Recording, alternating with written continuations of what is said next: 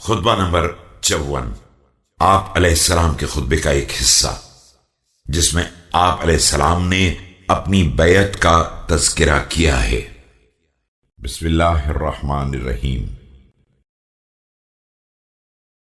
लोग मुझ पर यूं टूट पड़े जैसे प्यासे ऊंट पानी पर टूट पड़ते हैं, जिनके निगरानों ने उन्हें आजाद छोड़ दिया हो और उनके पैरों की रस्सियां खोल दी हों, यहां तक कि मुझे ये एहसास पैदा हो गया कि ये मुझे मार ही डालेंगे या एक दूसरे को कत्ल कर देंगे। They leapt upon me as the camels leap upon each other on their arrival for drinking water, having been let loose after unfastening of their forelegs till I thought they would either kill me or kill one another in front of me.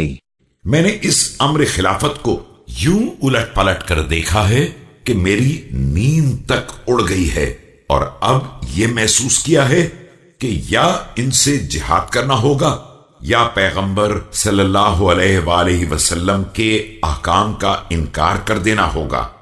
जाहिर है कि मेरे लिए जंग की सख्तियों का बर्दाश्त करना अजाब की सख्ती बर्दाश्त करने से आसान तर है, और दुनिया की मौत आखिरत की मौत और तबाही से सुबुकतर है।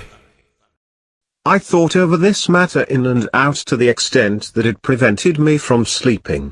But I found no way except to fight them or else to reject whatever has been brought by Muhammad, may Allah's blessing and greeting be upon him and his progeny. I found that to face war was easier for me than to face the retribution, and the hardships of this world were easier than the hardships of the next world.